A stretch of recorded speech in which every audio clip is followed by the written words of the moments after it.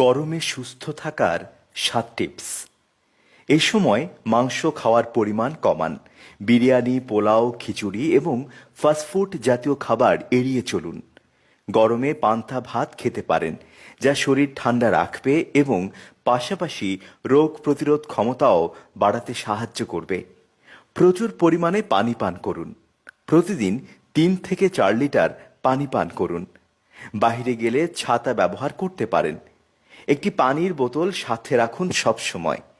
প্রচণ্ড রোদে ঘুরে বাড়িতে এসে ফ্রিজের ঠান্ডা পানি নয়, নর্মাল পানির সঙ্গে ঠান্ডা পানি মিশিয়ে পান করতে পারেন।